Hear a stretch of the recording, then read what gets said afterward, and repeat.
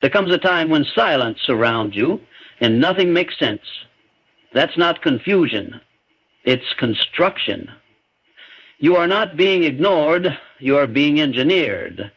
When God is about to give you something big, He doesn't shout it. He prepares you in private, away from noise, away from comfort, away from distractions. Because greatness never grows in the crowd. It grows in the cave. And if you're in the cave right now, count it joy. You're next in line. The pressure you're under isn't punishment, it's prophecy. Heavy resistance is not a red light. It is a sign that you are nearing the gate. And the gate only opens when your capacity matches your calling. You say it hurts? Good. Diamonds are made under pressure. Gold is refined by fire. Champions are carved by conflict. What you're feeling right now is labor pain, and labor pain is proof that delivery is near. Many quit when the process gets intense, not realizing that intensity is the midwife of increase. You prayed for power, now you're in the process. You asked for vision, now you're in the valley. God will test your mind before He trusts your hands. He will break your limits before He releases your blessing. So if you're waiting, wait strong. Delay is not denial. Delay is design.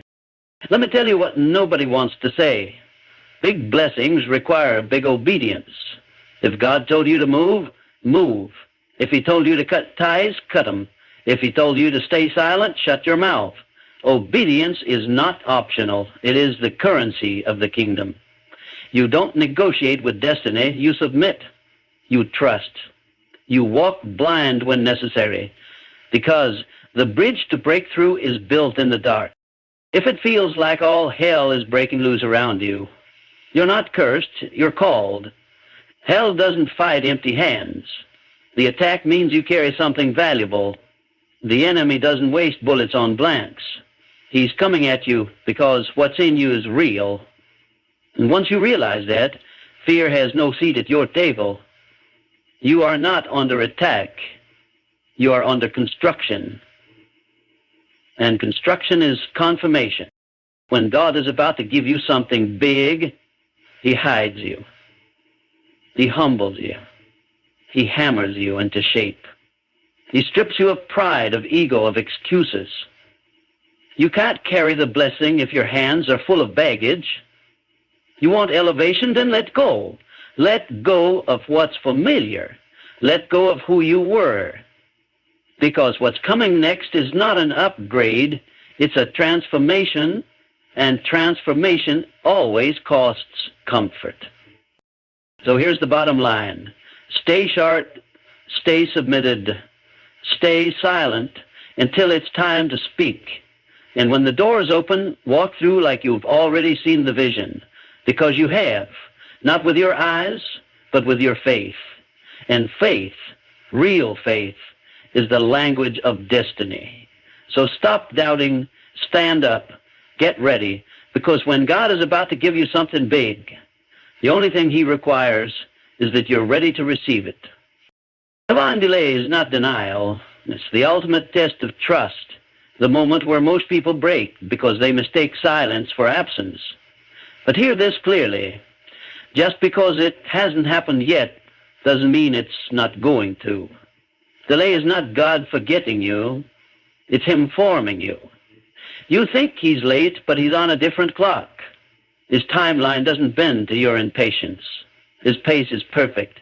His process is surgical, and His promise is still.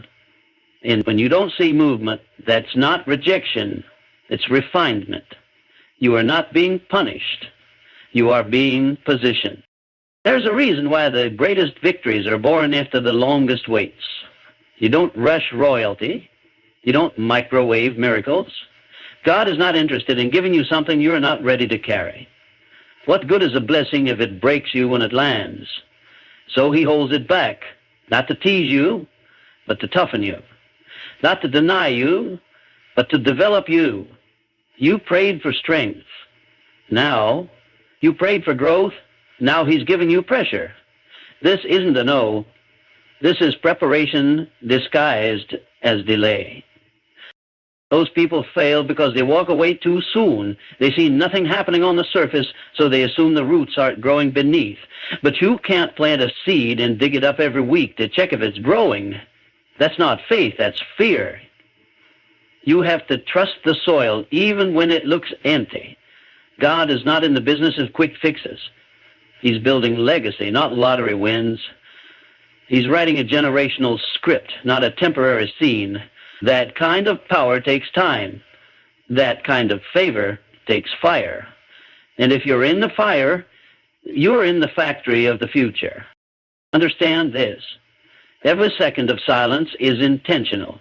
Every closed door is strategic. Every delay is measured. When it feels like you're standing still, you're actually being pulled back like a slingshot. The farther you're pulled, the farther you'll fly. But only if you don't quit in the tension. If you break under the pressure, you abort the mission. If you walk away in the weight, you cancel the miracle. You have to be stronger than your mood. You have to be grounded in purpose, not driven by feeling. Feelings will lie, but faith will lead. Stop comparing your timeline to theirs. God isn't preparing you for what they have. He's preparing you for what only you can carry. Their highlight reel is not your blueprint. What looks like a delay to you might be divine protection. You wanted the platform, but he saw the trap. You wanted the connection, but he saw the chain. You wanted the relationship, but he saw the ruin. You thought it was a blessing, but he knew it was a burden, and when he said, "Not yet," that was mercy, that was love. That was God stepping in and saying, "I will not let you settle for less than what I planned." You have to hold the vision even when you can't see the results. This is where real warriors are made, not in the spotlight, but in the shadows. Not when everything's going right, but when nothing seems to move. Can you keep showing up when nothing's changing? Can you keep believing when there's no confirmation? That's the test. That's the gap between the called and the chosen. The called get excited by the promise. The chosen endure the process. The called shout in the beginning. The chosen endure in the silence. It's not about hype. It's about holding on. The enemy's biggest tactic in the delay is distraction. He wants you to think God changed his mind. He wants you to believe it's over. But God's not done. He's just building you until you're unshakable.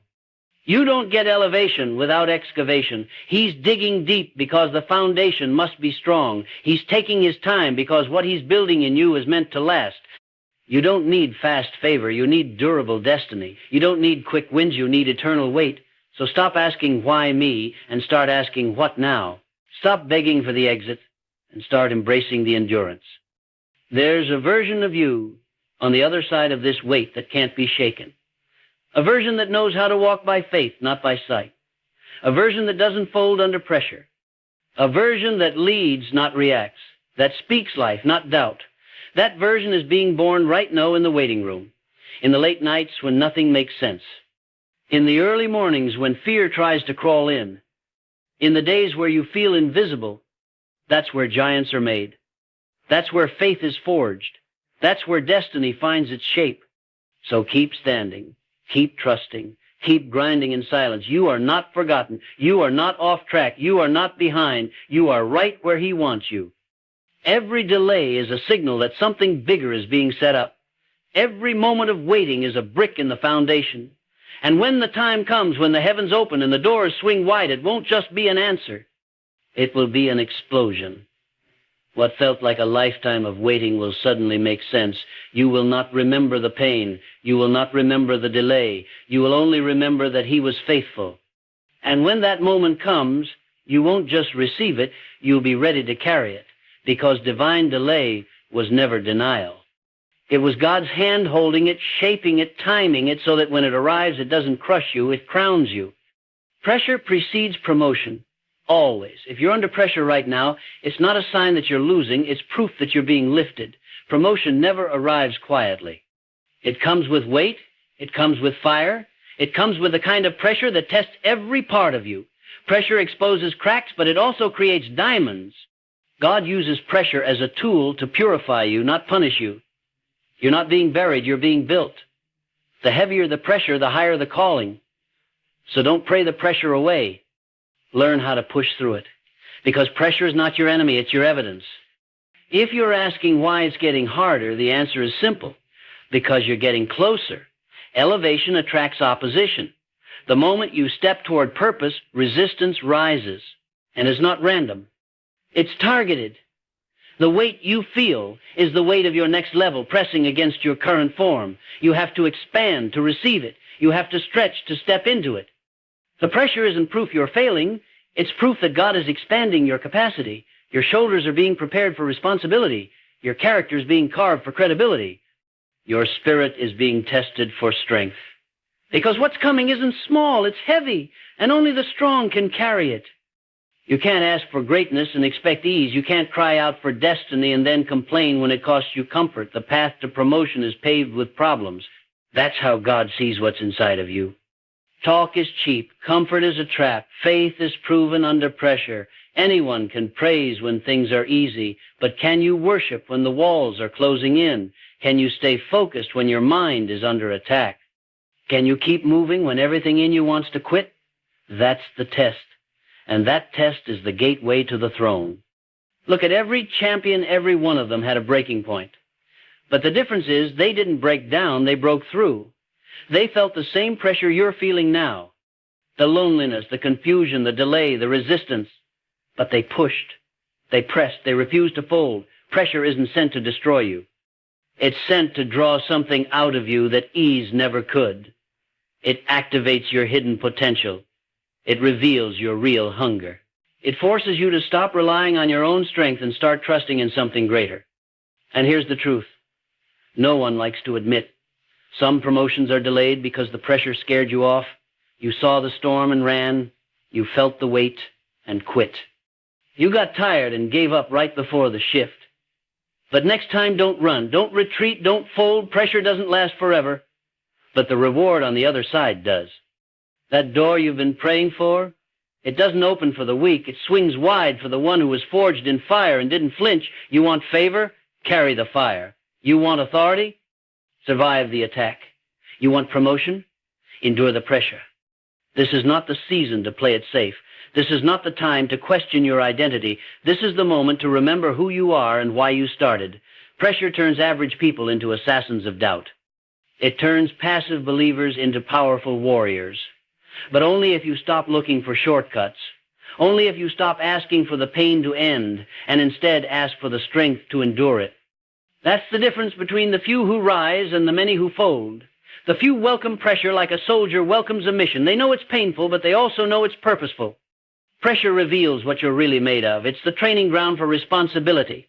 God won't promote you until you can carry what comes with it. You want more? Handle more.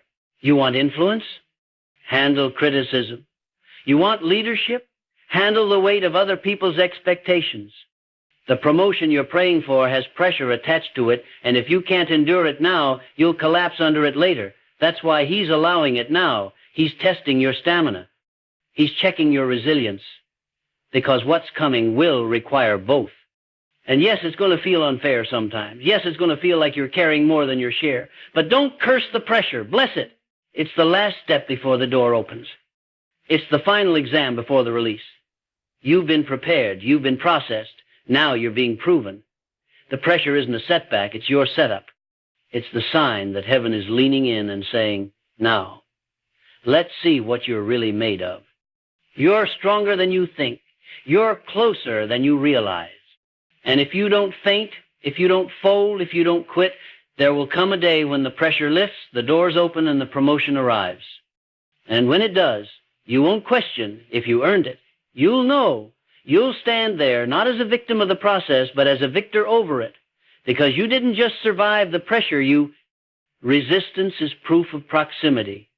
The attack didn't show up because you're off course. It showed up because you're near the target. Nobody fires at a ghost. Nobody fights a threat that isn't real. The resistance around you right now is not a curse. It's confirmation. It's not chaos. It's clarity. Something is about to shift, and the enemy knows it. He's not reacting to where you are. He's reacting to where you're about to go. When resistance increases, revelation is near. When warfare intensifies, breakthrough is close. You're not far. You're on the edge. The closer you get to destiny, the louder the distractions become. That's not coincidence. It's strategy. The enemy doesn't fight what isn't rising. He doesn't waste time on what isn't moving. You think the pressure is proof you're not ready, but it's actually evidence that you're right there. That attack you're facing, that voice in your head, that weight on your chest, that's resistance.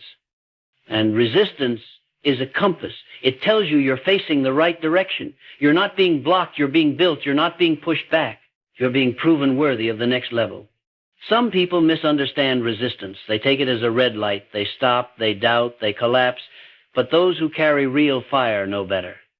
They know that resistance is the friction that sharpens the sword. They know the presence of opposition means they're carrying something heavy. A weak person runs from resistance. A warrior leans into it. Because a warrior knows this: no resistance means no progress. No pressure means no promotion. No battle means no blessing. Every step toward greatness brings new levels of warfare. The higher you go, the thinner the air, the stronger the wind. You're not just climbing, you're contending. You're pushing through things your ancestors never broke. You're shattering ceilings built over generations. And that kind of movement triggers alarms in the spirit. It awakens enemies that have been asleep. It stirs resistance that's been lying in wait. The opposition you face is custom fit for your calling. It knows exactly what you're about to touch. It knows what you're about to walk into. That's why it's showing up now. You prayed for influence, resistance came. You asked for purpose, warfare hit. You stepped out in faith and hell pushed back. That's not rejection, that's recognition. Heaven recognizes your obedience. Hell recognizes your momentum. Resistance doesn't show up in your weakness, it shows up in your shift. It doesn't attack your past, it fights your future. It's not there because you're lost, it's there because you're aligned. And if you quit now, you hand the victory over before the battle even breaks. You hand the keys to the enemy before you ever touch the door. Understand this. Every attack on your life is designed to make you forget what's ahead. Distraction is a weapon. Discouragement is a trap. But when you feel resistance, don't panic. Pause and ask, what am I close to? Because something is shifting in the unseen. Something is breaking behind the curtain. That closed door is rattling. That locked gate is weakening. And the resistance is just proof that the enemy is scared of what's about to be released. You are not under attack because you're weak.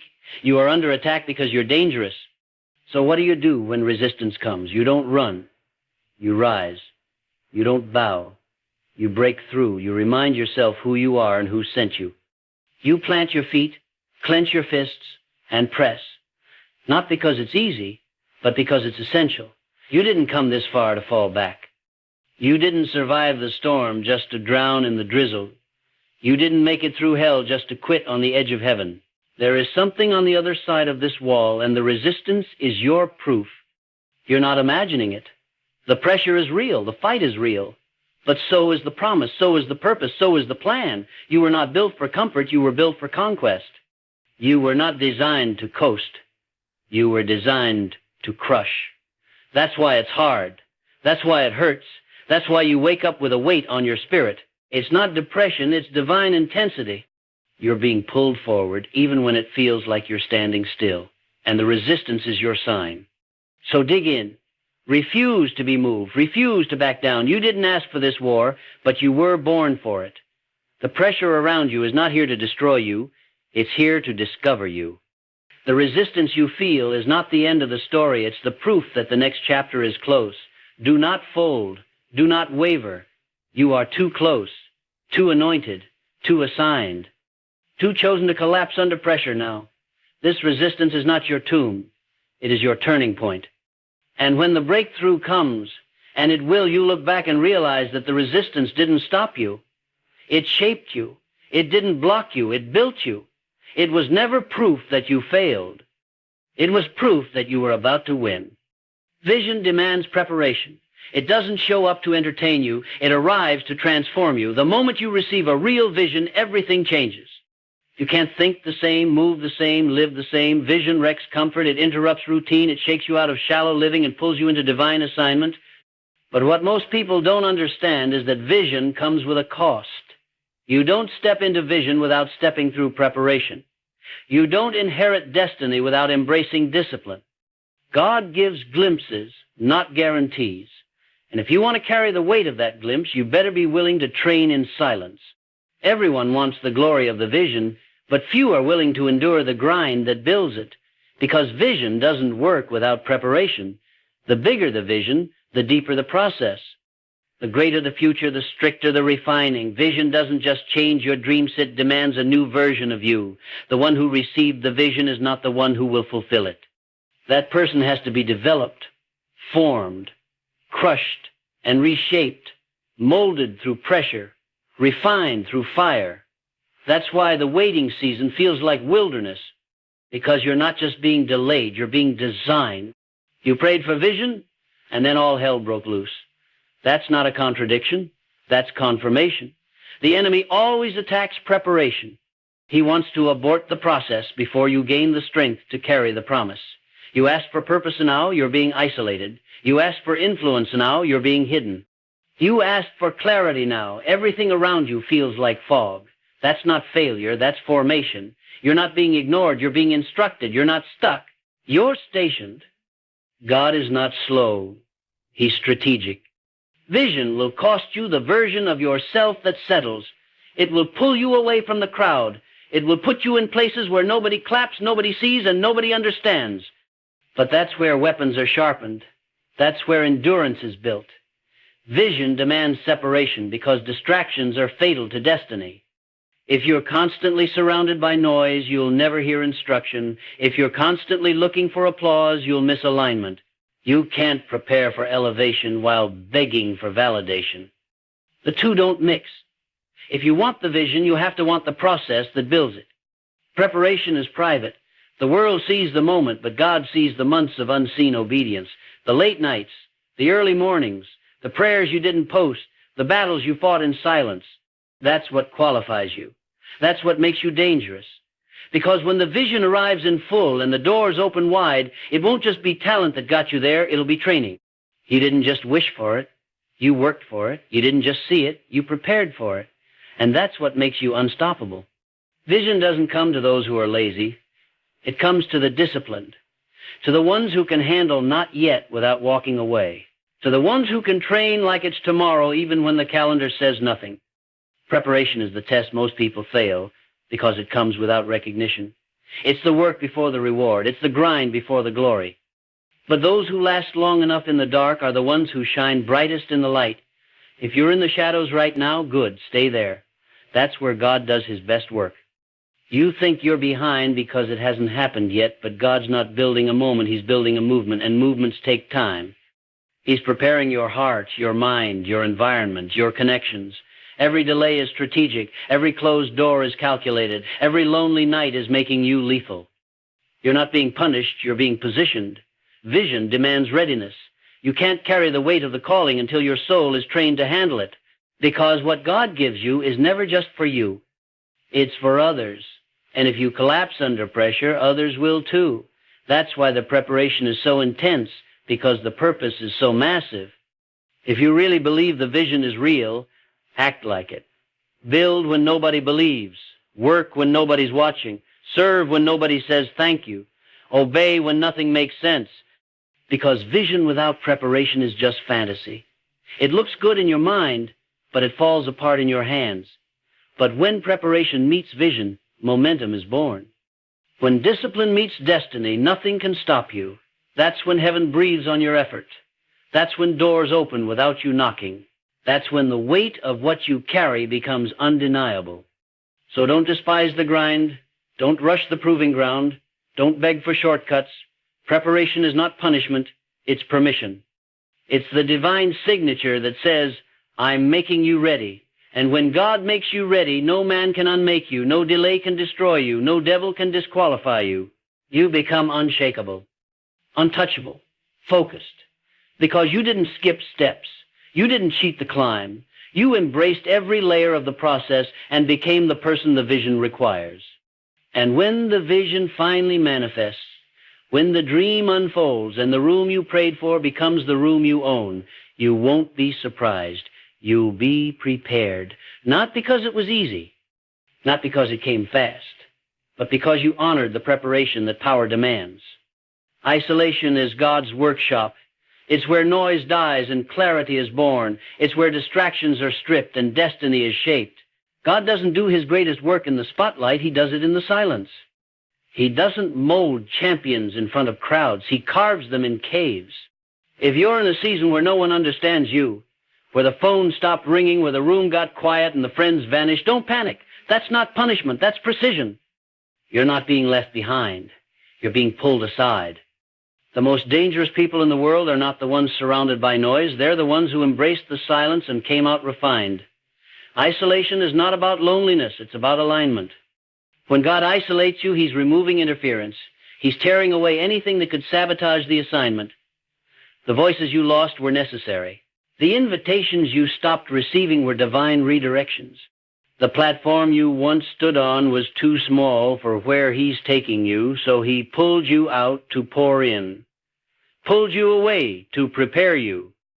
Because what's coming next can't be carried by someone who still needs a crowd to feel confident. The crowd will cheer for your gift, but God will train your character. And character doesn't get developed in applause. It gets developed in the dark. The workshop is uncomfortable. It's not glamorous. It's not loud. But it's where warriors are formed. In isolation, you face yourself. You face your fears, your flaws, your patterns, your pain. And in that place, God does the hard work, the soul work, the transformation nobody sees, but everybody will feel. Because when you reemerge, they won't recognize you. Not because you changed your clothes, but because you changed your core. Stop looking at isolation like a setback. It's a strategy. God doesn't isolate what He's rejecting. He isolates what He's protecting. You're not in hiding because you're irrelevant. You're in hiding because you're invaluable. He's building something in you that can't be rushed, something that requires silence to survive. Oil doesn't come from surface pressure. It comes from deep pressing. And the deeper you're being pulled, the greater the oil you'll carry. You're not behind schedule. You're in the chamber, the place where noise dies and power is born. You ask God to use you, and then everything familiar disappeared. That's not contradiction, it's confirmation. Before He uses a vessel, He empties it. Before He fills you with fire, He clears out the fluff.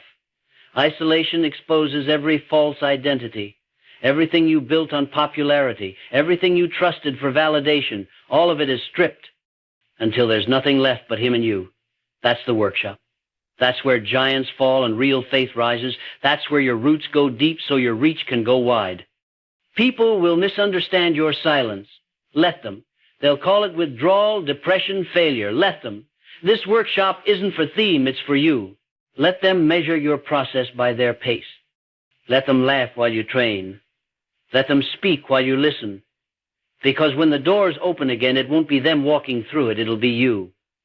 Refined, focused, ready. Not just to be seen, but to stand. Not just to speak, but to shake atmospheres. Because the workshop doesn't just build people, it births weapons. Don't confuse silence with insignificance. Just because it's quiet doesn't mean nothing's happening. God is moving in the stillness. He's upgrading your vision, stretching your discipline, cleaning your motives. He's removing relationships that couldn't carry the weight, breaking cycles that would have sabotaged the call. You're not losing, you're leveling. And that can only happen in a place where the crowd can't distract you, where the comments can't reach you, where the spotlight can't touch you. You're in the safest place you can be. His hands, in His workshop, under His supervision. This season is not punishment, it's permission. God is giving you room to grow without interruption. He's allowing your roots to go deep enough so when the storm comes later, you won't fold. This is not exilites elevation in disguise. It's not distance from destiny. It's the doorway to it. And when you start to see isolation this way, you stop resenting it and start respecting it. You stop trying to escape and start trying to extract every ounce of wisdom from it. Because you know something, the world forgot true power is developed in private. Let them think you disappeared. Let them forget your name. Because when God is done with you in this place, they won't just remember you, they'll wonder how they missed what He was building. You won't return the same. You won't speak the same. You won't walk the same. You'll walk out of that workshop with authority, with clarity, with weight, because you weren't scrolling, you were sharpening. You weren't chasing fame, you were chasing fire, and now the fire will go with you. So don't despise the quiet. Don't fight the stillness. Don't rush the process. Stay submitted. Stay disciplined. Stay hidden as long as it takes. Because what's being built in the workshop isn't ordinary. It's not trendy. It's not shallow. It's kingdom. And kingdom impact requires kingdom preparation. That's why he pulls you aside. That's why the lights went out. Not because he forgot you, because he's forming you. Because when you leave this place, you'll be unshakable. And that's exactly what the next season will require. Obedience unlocks overflow.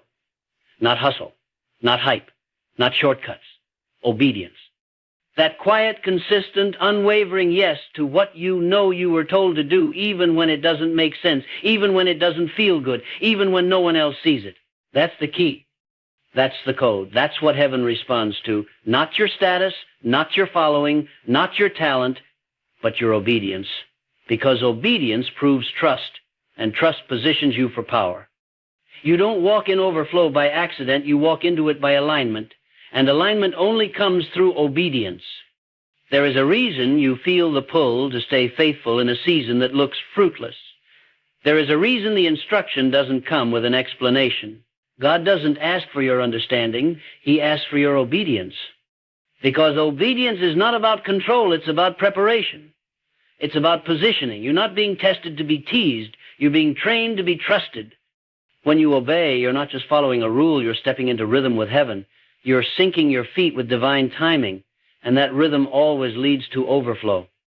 Every miracle in Scripture was preceded by an act of obedience. Not a speech, not a debate, not a plan, just a step, just a word. Just an act that looked small but unlocked something massive. Noah didn't wait for rain to build the ark, he obeyed before the forecast. Abraham didn't wait for understanding, he obeyed and walked. Moses didn't wait for Pharaoh to agree, obeyed and stretched his rod.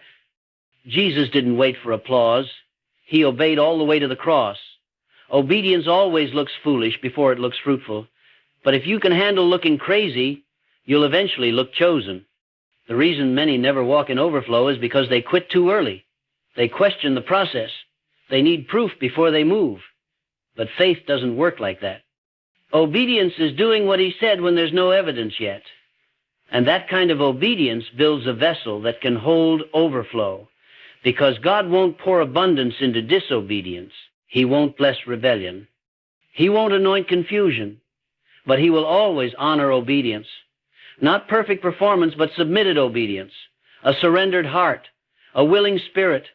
A consistent yes. Overflow doesn't come to the loud, it comes to the loyal.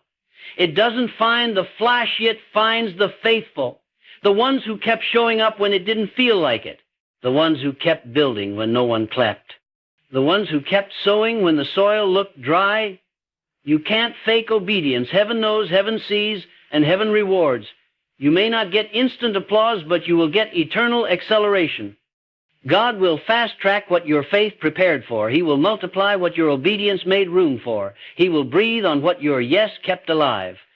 That instruction you're sitting on, that prompting you've ignored, that whisper you keep pushing aside, it's not random, it's not small, it's the gateway, it's the test. And until you move on that word, the next one won't come. God doesn't give overflow to the double-minded, he gives it to the disciplined. Obedience sharpens your discernment. It trains your ears to hear. And when you hear clearer, you move faster. And when you move faster, you collide with favor. Not the favor you had to beg for, but the kind that overtakes you. The kind that finds you in the field because you stayed planted when others ran. Obedience doesn't always make you popular. Sometimes it costs you relationships. Sometimes it costs you comfort. But it always births something greater. There's a reason why the biggest breakthroughs come after the hardest instructions, because God isn't just after your gifts, he's after your growth. He's not just building moments, he's building maturity. You're not waiting on overflow. Overflow is waiting on obedience. When you obey, you unlock what effort could never achieve.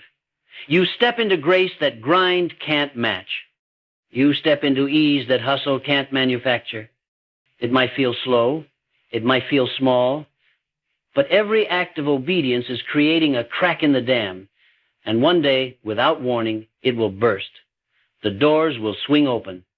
The opportunities will collide. The blessing will chase you down and overwhelm you. And it won't be luck. It won't be coincidence. It will be the reward of every quiet step, every faithful day. Every obedient decision made when it would have been easier to quit. You will not have to force overflow. You will not have to fabricate favor. You will just have to stay aligned. So check your posture. Check your heart. Are you obeying fully or selectively? Are you moving by convenience or by conviction? Partial obedience is still disobedience. Delayed obedience is still disobedience. And obedience with conditions is manipulation. But full obedience immediate, humble, God-first obedience changes everything. It unlocks peace. It unlocks power. It unlocks provision. It unlocks overflow. Not because you earned it, but because you positioned yourself to carry it. When you live in obedience, you don't chase things. Things chase you. The blessing overtakes the obedient. The oil flows on the obedient. The vision expands for the obedience. You don't have to strive. You just have to stay in step. And when the overflow comes, it won't be because of your strategy. It will be because of your surrender. So when the overflow shows up, when doors fly open that you didn't knock on, when provision shows up that you didn't plan for, when favor surrounds you like a shield and everything accelerates beyond logic, don't get it twisted. It wasn't luck. It wasn't charm. It wasn't manipulation. It was obedience. Quiet, relentless, uncomfortable obedience. That's what unlocked it. That's what made heaven move. That's what broke the dam and released the flood. So don't stop. Don't second guess. Don't slow down. Keep saying yes. Keep moving forward. Keep trusting when it doesn't make sense, because obedience doesn't just unlock overflow, it sustains it. And once you taste that kind of flow, you'll never settle for anything less.